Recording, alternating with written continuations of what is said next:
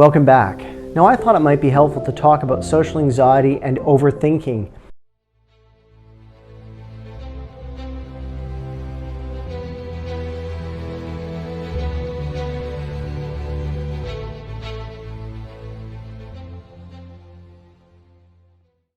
As this is a common symptom that's experienced by those with social anxiety.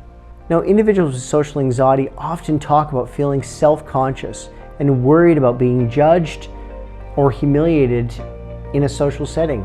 Their fears of embarrassment or failure are out of proportion to the situation and can result in extreme distress and/or avoidance of the situation. It's easy to see how they may overthink and blow things out of proportion or catastrophize in the pre, during, and post-social interaction stage. Now, common thoughts expressed to me by clients with social anxiety are in the anticipatory phase, that is before the social event occurs. I won't know what to say. People will think I'm boring. I'll start sweating and everyone's going to notice. In the during event stage, I don't know what to say. Can they see me blushing right now? This is awful. I need to leave. I don't fit in.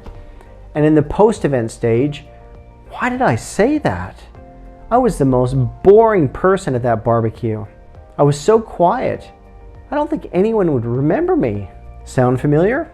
These thoughts often go over and over in the person's mind on a constant loop, the overthinking brain. Now, one client with social anxiety described this overthinking and analyzing in a statement she made to me.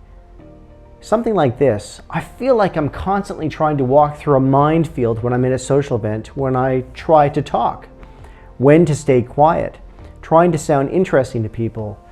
I wish I could just observe things for a while and listen to others, but people would probably think that's strange. I get drained when I'm at social events. If I even manage to go, I try to think of ways to get out of going. Then when I finally leave and can breathe again, I start to replay everything in my mind. Why did I say that then? I bet they saw me blushing. I just think it's awful. I analyze everything I said and I try to work out if I embarrassed myself. Now, anxiety and overthinking tend to go hand in hand. This is because when one is anxious, you're both hypervigilant, that is, you're looking for threat, and you're looking for the perception that things are dangerous. Now, this can lead to someone believing there are so many problems and dangers to work through due to their perception. The brain then sets out to work through these perceived problems and dangers and ultimately maintains safety, even though there may not be a need to do so.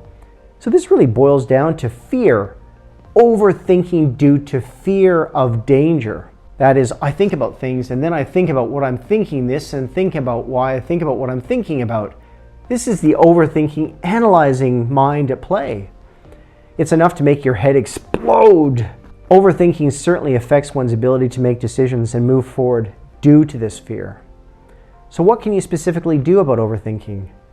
Now, I'm going to talk through some strategies you can use for overthinking in a general sense using evidence-based cognitive behavioral strategies, CBT. Firstly, try to identify what aspect is contributing to the overthinking. What did I specifically say or do or not say and do or think I will do that is leading to my overthinking?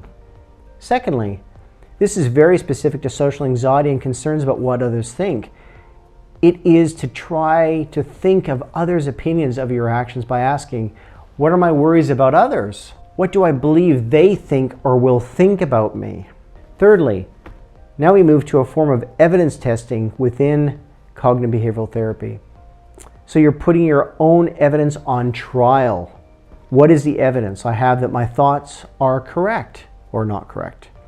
What evidence is there that my thoughts may not be true? Try to think of as much evidence as you can for both. Fourthly, take a closer look at your expectations and ask yourself, are my expectations of my actions unrealistic? What would I expect of someone else in the same situation? What could be more realistic as an expectation? Number 5, it can be helpful to ask yourself, what is the worst thing that could happen? And if this happened, how could I deal with it?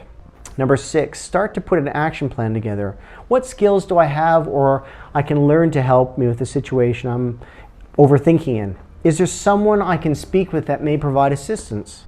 The 7th is mindfulness. This is bringing one's attention to what is happening in the present moment without judgment. It may be you are thinking a situation while at work or cleaning the house, etc. Try to bring your attention to the task at hand. It can be helpful also to do a mindful breathing exercise of focusing on your breath as it enters your body and on leaving your body. What are the sensations? Does your belly rise and fall? You bring your full attention to your breath. Now I've gone through some techniques you can use for overthinking and overanalyzing, but that is just a quick and reduced version of what may be helpful for you.